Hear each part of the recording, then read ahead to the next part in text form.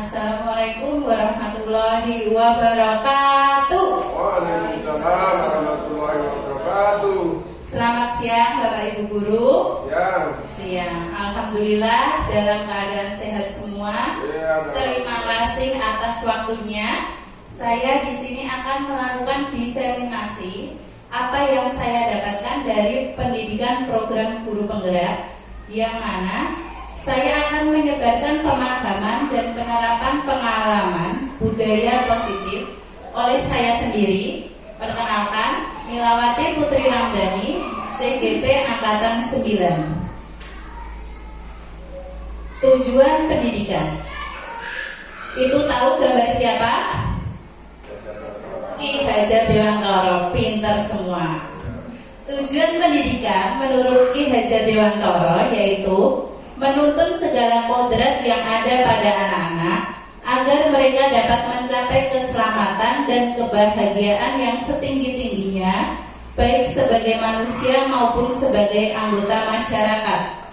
Oleh sebab itu, pendidik hanya dapat menuntun tumbuh atau hidupnya kekuatan kodrat yang ada pada anak-anak agar dapat memperbaiki lakunya, bukan dasarnya hidup dan tumbuhnya kekuatan kodrat anak. Jadi di sini kita sebagai guru itu hanya sebagai among, kita hanya menuntun anak. Anak dari sananya, dari lahir sudah punya kodratnya sendiri-sendiri. Mereka mempunyai minat, bakat sendiri-sendiri. Nah, kita sebagai guru harus bisa mengarahkan minat anak apa, bakat anak apa supaya bisa berkembang. Selanjutnya, budaya positif. Budaya positif di sekolah yaitu nilai dan kebiasaan di sekolah yang berpihak pada murid agar mereka dapat berkembang menjadi pribadi yang kritis, penuh hormat dan bertanggung jawab sesuai dengan profil pelajar Pancasila. Di sekolah saya, di sekolah kita semua itu sudah ada penerapan budaya positif. Contohnya kalau setiap pagi ada apa Bapak Ibu? Pembiasaan ngaji bareng, terus baris saat masuk kelas. Selain itu, salim sama Bapak Ibu guru. Itu merupakan budaya positif yang sudah kita terapkan. Konsep utama budaya positif ini ada 7. Yang pertama, perubahan paradigma belajar. Yang kedua, disiplin positif. Yang ketiga, kebutuhan dasar manusia. Yang keempat, motivasi perilaku manusia. Yang kelima, restitusi, posisi kontrol sebagai guru. Yang keenam, keyakinan kelas. Yang terakhir, segitiga restitusi. Perubahan paradigma belajar. Dalam membangun budaya positif, sekolah dapat menyediakan lingkungan yang positif, aman dan nyaman agar siswa mampu berpikir, bertindak dan mencipta dengan merdeka, mandiri dan bertanggung jawab. Disiplin sangat berkaitan dengan kontrol guru terhadap siswa. Coba, kita akan melakukan permainan. Cobalah buka. Coba Bapak Ibu guru genggam tangan kanan Bapak Ibu guru. Bayangkan dalam genggaman itu ada sesuatu yang sangat berharga, yang paling berharga dalam kehidupan Bapak Ibu guru. Coba Pak Erno. Pak Erno sudah membayangkan genggaman yang ada di tangan Pak Erno itu apa?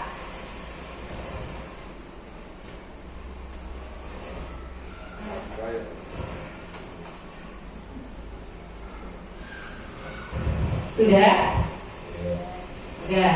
Saya bayangkan genggaman yang ada pada. Jangan disebut ya, bayangkan dulu. Coba, Pak Erno. Boleh tidak saya intip saja sedikit apa yang digenggam? Apa yang digenggam? Boleh tidak sedikit saja? Apa yang digenggam ya? Tak intip sitik, boleh Pak? Boleh. Boleh? Boleh. Boleh? Yakin? Sesuatu yang berharga boleh saya lihat? Boleh. Boleh. Coba kalau Pak Ato, coba. Benar ya Pak? Oke. Terima kasih. Pak Ato, Oke, yang digenggam sudah dibayarkan? sudah. Sudah. Boleh intip sedikit? Nggak boleh. Nggak boleh. Tak tuker uang sebanyak sakrek Pak. Boleh nggak? Sama sekali tidak boleh. Tidak boleh. Kalau saya ganti dengan rumah seharga 1 miliar boleh tidak? Tidak boleh. Tidak boleh. Terus saya mau merayu Pak Ato. Kira-kira nanti rayuannya berhasil nggak Pak? Rayunya apa terus? Ato, Ya, tahu nggak perbedaan Pak Ato itu sama sinar matahari? kalau saya tidak bisa bersinar, kalau matahari bisa bersinar. Kalau sinar matahari menerangi dunia, kalau Pak Ato menerangi kehidupan saya. Cici, Boleh tidak lihat dikit aja? tetap tidak boleh. Tetap tidak boleh. Terima kasih ya Pak ya. Coba Pak Herman kira-kira alasannya apa? Kenapa kok saya boleh mengintip? Ya, karena saya selalu terbuka. Selalu terbuka. Kalau Pak Ato alasannya apa? Berpegang teguh pada genggamannya itu. Saya berpegang teguh pada pendirian karena ini privasi, rahasia pribadi. Pak Ato berpegang teguh pada pendirian karena privasi rahasia pribadi. Kalau menurut Bu Aminah, yang paling benar itu dari Pak Kerno atau Pak Ato Bu? Pak Kerno tadi membiarkan saya mengintip sesuatu yang sangat berharga karena alasannya karena saya terbuka dengan siapa saja. Kalau Pak Ato alasannya dia berpegang teguh pada pendiriannya. Monggo. Kalau menurut saya berpegang teguh pada Pak Ato. Soalnya sesuatu masalah apa yang mungkin tidak boleh orang lain tahu. Ya, kalau Bu Tuti kira-kira mana ya? Kalau saya lebih ke Pak Ato. Bu Tuti Kita juga harus tahu. tetap bisa mempertahankan prinsip kita tanpa boleh ada orang yang tahu rahasia itu. Oke, kalau Bu Isna silahkan. Kalau saya juga pendapat sama Pak Ahmad, karena sesuatu hal yang menjadi prinsip atau rahasia kita harus kita sembunyikan sendiri. Oke, sekarang Mas Gunawan, coba pilih yang mana? Saya pilih sama Pak Ato karena sesuatu yang memperbaiki diri kita kan hal pribadi itu nggak boleh diubah. Oke, jadi banyak yang setuju sama Pak Ato. Saya juga sependapat. Karena hal yang sangat berharga bagi kita, kita sendiri yang menentukan posisi kontrol kita. Kita memperbolehkan orang lain melihat atau tidak, padahal itu suatu yang berharga sekali. Mau ditukar dengan berapapun jumlahnya, uang 1 truk, terus rumah 1 miliar, itu masih berpegang teguh pada pendirian. Nggih, Pak Tenang nggih? Oke. Oke, siap. Lanjut, perubahan paradigma belajar. Perubahan paradigma dari teori kontrol atau ilusi kontrol menurut Dr. William Glasser. Yang pertama, ilusi guru mengontrol murid. Yang kedua, ilusi bahwa semua penguatan positif, efektif, dan bermanfaat. Yang ketiga, ilusi bahwa kritik dan membuat orang merasa bersalah dapat menguatkan karakter. Yang keempat, ilusi bahwa orang dewasa memiliki hak untuk memaksa. Disiplin positif. Apa sih makna disiplin? Coba Siapa yang tahu makna disiplin itu seperti apa sih? Pak Kerma mungkin? Yo. Disiplin berarti tanggung jawab dan konsekuensi. Menurut Pak Kerma, disiplin berarti tanggung jawab dan konsekuensi. Ada pendapat lain? Silakan. Disiplin menurut saya taat pada aturan. Disiplin taat pada aturan. Kalau Pak Anto, monggo. Disiplin adalah kesadaran individu untuk mencapai kesuksesan. Disiplin adalah kesadaran individu untuk mencapai kesuksesan. Ya, menurut pendapat dari teman-teman udah cukup bagus, tapi di sini saya akan merangkumnya. Disiplin berasal dari bahasa Latin disiplina yang artinya belajar. Disiplin diri membuat orang menggali potensinya menuju sebuah tujuan apa yang dia hargai. Namun, di budaya kita, makna kata disiplin telah berubah menjadi sesuatu yang dilakukan seseorang pada orang lain untuk mendapatkan kepatuhan. Kecenderungan umum adalah menghubungkan kata disiplin dengan ketidaknyamanan, bukan dengan apa yang kita hargai atau pencapaian suatu tujuan mulia. Misalnya, kita berangkat pagi, kita masuk jam 7, ya, berangkat jam setengah 7. Kita melakukan disiplin karena kita ingin dipuji. Nah, itu salah satu contoh disiplin. Dengan kecenderungan umum, kita ingin dihargai. Kemudian ada juga yang berpendapat disiplin adalah kemampuan memerintah diri sendiri dalam mengontrol dan menguasai diri untuk memilih tindakan yang mengacu pada nilai-nilai yang kita hargai dengan penuh tanggung jawab tanpa terperintah orang lain. Nilai-nilai yang kita hargai adalah nilai kebajikan, yaitu nilai-nilai dalam profil pelajar Pancasila. Di sini ada kebutuhan dasar manusia. Semua manusia pasti memiliki kebutuhan dasar. Ada 5. Yang pertama, kebutuhan bertahan hidup. Ada makan, minum, kemudian kebutuhan kasih sayang. Semua manusia pasti ingin disayang. Pak Firman, betul. Yang ketiga, kebebasan, di mana setiap manusia pasti tidak ingin dikekang, diatur. Terus yang keempat, kesenangan. Dan yang kelima, penguasaan. Semua perilaku memiliki tujuan. Teori motivasi perilaku manusia. Ini ada motivasi eksternal dan motivasi internal. Motivasi eksternalnya untuk menghindari ketidaknyamanan atau hukuman. Misalnya, apa yang akan terjadi apabila saya tidak melakukannya? Jadi, kita berpikir, kalau kita tidak melakukan hal A, kira-kira apa yang terjadi ya? Dampak bagi kita apa ya? Itu motivasi eksternal. Kemudian yang kedua, untuk mendapatkan imbalan dari orang lain atau institusi. Apa yang akan saya dapatkan apabila saya melakukannya? Jadi tidak ikhlas. Misalnya kayak tadi ya, saya datang pagi-pagi, kira-kira saya akan dapat pujian atau enggak ya? Nah, seperti itu.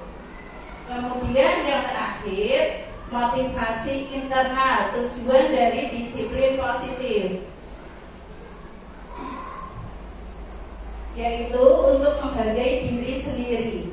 Jadi misalnya saja, saya datang pagi itu karena saya ingin menjadi orang yang seperti apa apabila saya melakukannya. Jadi kita menghargai diri kita sendiri. Hukuman, konsekuensi, dan restitusi. Perbedaannya, hukuman itu tidak terencana atau tiba-tiba. Murid tidak tahu apa yang akan terjadi dan tidak dilibatkan. Kalau hukuman ini biasanya bersifat fisik. Misalnya, anak-anak itu tidak mengerjakan PR, kita suruh lari keliling lapangan 5 kali. Terus yang konsekuensi, ini terencana dan disepakati sesuai peraturan. Murid tetap dibuat tidak nyaman dan sikap guru selalu memonitor murid. Kemudian yang terakhir, restitusi.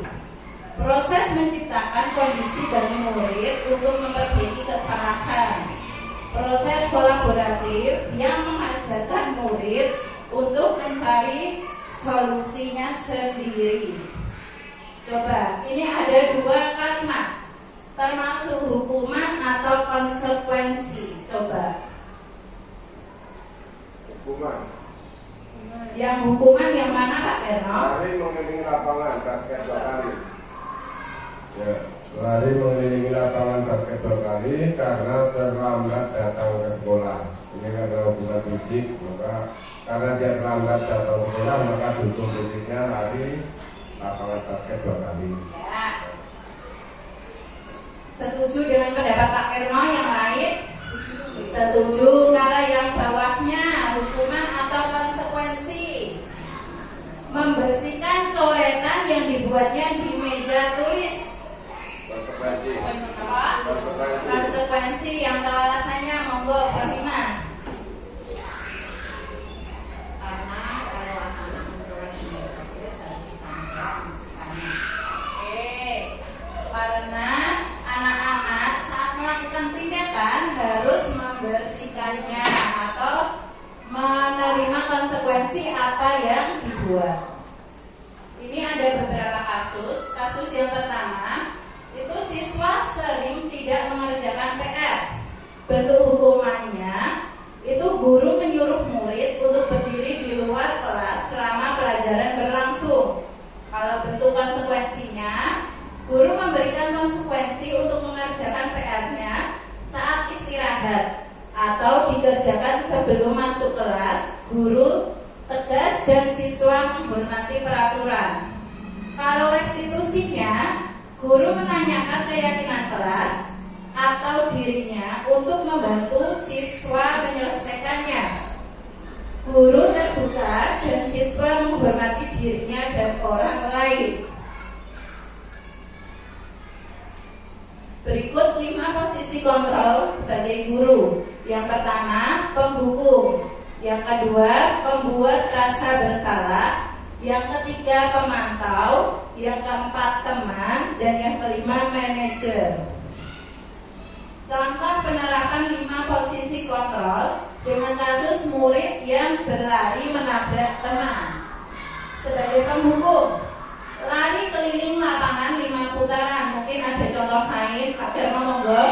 Kalau ada kasus lari menabrak teman, itu kita sebagai guru dalam posisi penghukum itu yang bagaimana? Itu ada contoh misalnya lari keliling lapangan 5 putaran. Mungkin ada yang lain.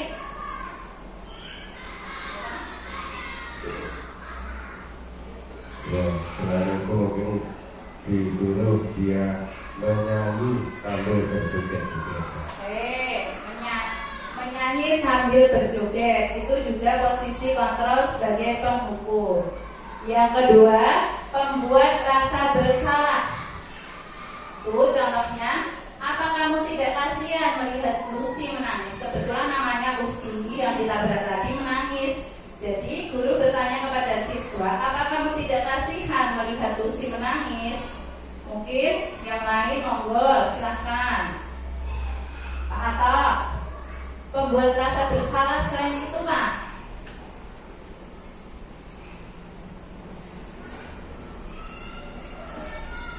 Apa kamu tidak merasa punya perasaan temanmu lari kamu jegal dia jatuh? Apa kamu tidak punya perasaan temanmu lari kamu jegal sehingga dia jatuh? Bisa?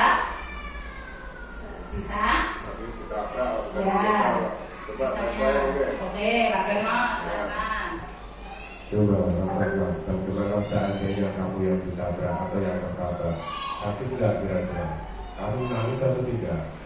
Nah, ini makanya jangan nabrak temanmu. Sekarang kamu lihat itu, temanmu sedang nangis. Gimana perasaanmu? Oke, siap. Siap, makasih ya. Terus yang sebagai teman, Bu Guru tahu kamu tidak sengaja menabrak Lucy. Sekarang membuat Lucy berhenti menangis ini, guru sebagai teman, kita berkata halus kepada anak, kemudian kita berusaha untuk menasehati anak tersebut. Sebagai pemantau, kita hanya memantau dulu kejadiannya. Kesepakatan kelas mana yang belum kamu lakukan, kita bisa tanya ke anak. Setelah kejadian itu, kita tanya ke anak kesepakatan kelas yang belum dia lakukan. Sebagai manajer, di sini kita bertanya kepada anak, mengklarifikasi dulu. Apakah kamu tahu kesalahanmu? Kira-kira anak itu sadar tidak yang dilakukan itu salah atau benar? Nah, setelah itu kita bisa tanyakan bagaimana cara dia memperbaiki kesalahannya. Dan jadi dia berpikir sendiri bagaimana dia harus memperbaiki kesalahannya dan berjanji tidak akan mengulanginya lagi. Keyakinan kelas. Keyakinan kelas adalah nilai-nilai kebajikan atau prinsip-prinsip universal yang disepakati bersama secara universal, lepas dari perbedaan agama, suku, negara, dan bahasa. Menurut Gosen tahun 1988, suatu keyakinan akan lebih memotivasi seseorang dari dalam atau intrinsik. Seseorang akan lebih bersemangat dalam menjalankan keyakinannya daripada hanya sekedar mengikuti peraturan. Kegiatan membuat keyakinan kelas yang pertama, kita berdiskusi tentang peraturan yang ada di sekolah kita dulu. Kemudian yang kedua, kita berdiskusi dengan anak untuk merumuskan peraturan menjadi suatu keyakinan. Yang ketiga, kita bisa menempelkan hasil diskusi mengenai keyakinan di kelas. Bagaimana pembentukan keyakinan kelas? Yang pertama, lebih abstrak dari peraturan. Yang kedua, berupa pernyataan universal. Yang ketiga, dibuat dalam bentuk positif. Yang keempat, sedikit saja agar mudah diingat. Yang kelima, sesuai dengan kondisi kelas dan sekolah agar mudah diterapkan. Dan yang terakhir, semua warga kelas atau sekolah dilibatkan saat membuatnya. Nah, ini salah satu contoh segitiga restitusi, di mana segitiga restitusi ini merupakan proses menciptakan kondisi bagi murid untuk memperbaiki kesalahan mereka, sehingga mereka bisa kembali pada kelompok mereka dengan karakter yang lebih kuat. Melalui restitusi, guru dapat membantu murid menjadi lebih memiliki tujuan, disiplin positif, serta memulihkan dirinya setelah berbuat salah. Membantu murid untuk jujur pada diri sendiri dan mengevaluasi dampak dari kesalahan yang dilakukan. Ini tadi segitiga restitusi ada 3 tahapan. Yang pertama, menstabilkan identitas. Yang kedua, validasi tindakan yang salah. Yang ketiga, menanyakan keyakinan. Menstabilkan identitas. Jadi berdasarkan prinsip membuat kesalahan adalah bagian dari proses pembelajaran. Kita sebagai guru harus dapat menstabilkan identitas anak apabila anak itu melakukan kesalahan dengan beberapa bantuan kalimat. Yang pertama, berbuat salah itu wajar. Yang kedua, tidak ada manusia yang sempurna. Yang ketiga, ibu atau bapak juga pernah melakukan itu. Terus, dan kamu berhak merasa begitu. Validasi tindakan yang salah. Berdasarkan prinsip, setiap perilaku berupaya memenuhi suatu kebutuhan tertentu. Jadi kita tanyakan dengan murid kita yang melakukan kesalahan dengan kata bantu kalimat seperti itu. Kamu pasti punya alasan mengapa melakukan hal ini. Padahal kamu bisa melakukan yang lebih buruk dari dia. Kamu patut bangga karena telah melindungi sesuatu yang penting buatmu. Kamu melakukannya karena mempertahankan sesuatu yang penting bagimu. Yang ketiga, keyakinan. Berdasarkan prinsip teori kontrol bahwa pada dasarnya kita termotivasi secara intrinsik. Jadi kita menanyakan keyakinan kepada anak-anak. Apa keyakinan kelas kita? Nilai-nilai apa yang telah disepakati bersama? Seperti apa gambaran sebuah kelas yang ideal menurut kamu? Kamu ingin menjadi orang yang seperti apa? Berikut contoh penerapan segitiga restitusi yang telah saya lakukan.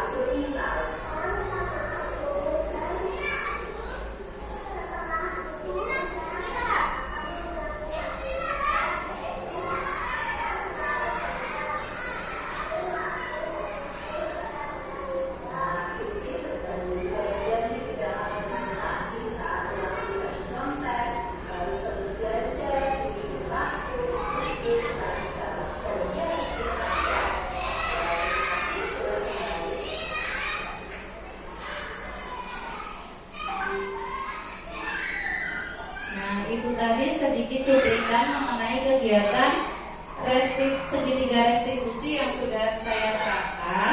Nanti bisa Bapak Ibu guru ambil pelajaran. Misalnya ada anak didik kita yang berbuat suatu kesalahan, kita tidak langsung menghukumnya, tapi kita menanyai dulu apa yang dilakukannya itu benar atau salah, kemudian mengapa dia melakukannya, kemudian keyakinan kelas apa yang dia langgar, terus apa yang dia lakukan selanjutnya. Jadi anak didik itu berusaha menggali kesalahannya sendiri dan sadar akan kesalahan yang dilakukan. Setelah itu dia mengetahui dengan sendirinya, oh setelah ini aku harus berbuat seperti apa toh. Jadi anak didik itu sadar. Mungkin sedikit materi yang bisa saya sampaikan. Kurang lebihnya mohon maaf. Apabila ada pertanyaan saya persilahkan, monggo.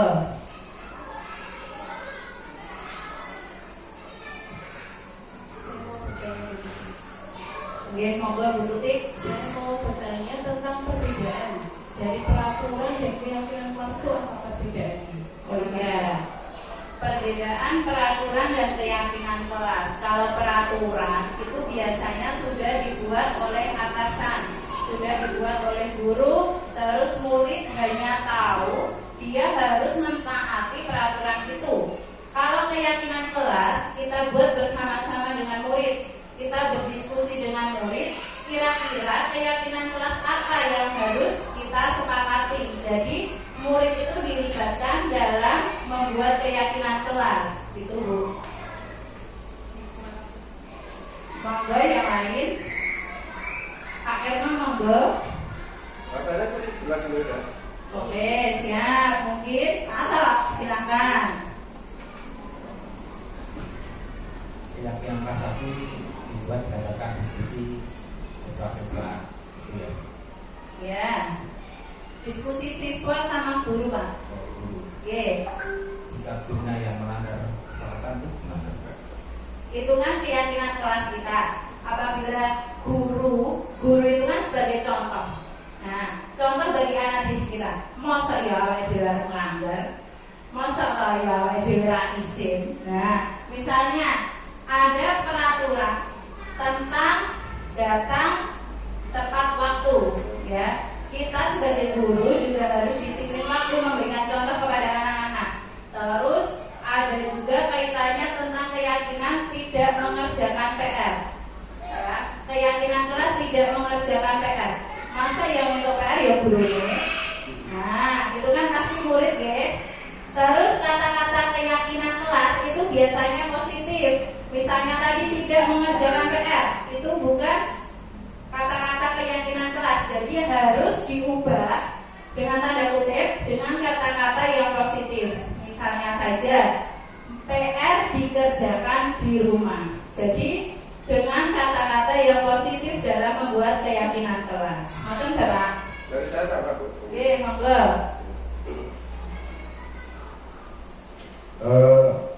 Menindaklanjuti usulan dari Pak Tok tadi. Oke. Seandainya guru yang melanggar peraturan bagaimana kan itu? Ya. Ya, kita sebagai guru, apalagi seperti saya, rumahnya jauh. Barangkali di jalan itu ya jalannya macet atau apa, ada halangan di jalan atau ban kempos atau bocor, kan terpaksa harus ngambil ban dulu atau menggunakan ban dulu. Nah itu kan sesuatu kesalahan yang tidak disengaja, ya kadang-kadang.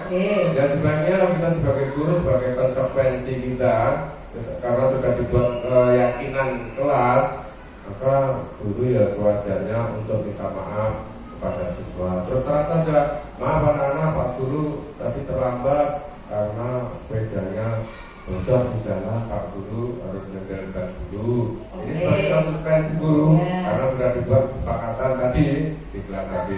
Ini salah satu contoh. Seandainya guru melakukan kesalahan, kita harus konsekuensi, tanggung jawab, harus minta maaf juga. Alasannya juga harus kita sampaikan kepada siswa gitu. Berarti seimbang gitu. Terima kasih. Siap Pak. Terima kasih atas tambahannya ya. Benar banget Pak Karno. Kita sebagai guru juga harus konsekuensi. Kita menerangkan kepada anak alasan kita apabila kita melakukan kesalahan dan berani mengucapkan kata maaf. Jadi tidak egois, tidak mau menang sendiri sama anak-anak ya. Mungkin ada yang lain, monggo saya persilakan. Sudah? Fix? Oke. Saya mengucapkan terima kasih atas waktu yang diberikan. Semoga sedikit paparan dari saya bisa menambah wawasan, bisa kita terapkan dalam kelas kita masing-masing. Kita buat sekolah ini menjadi lebih maju. Kurang lebihnya saya akhiri. Wassalamualaikum warahmatullahi wabarakatuh. Waalaikumsalam warahmatullahi wabarakatuh.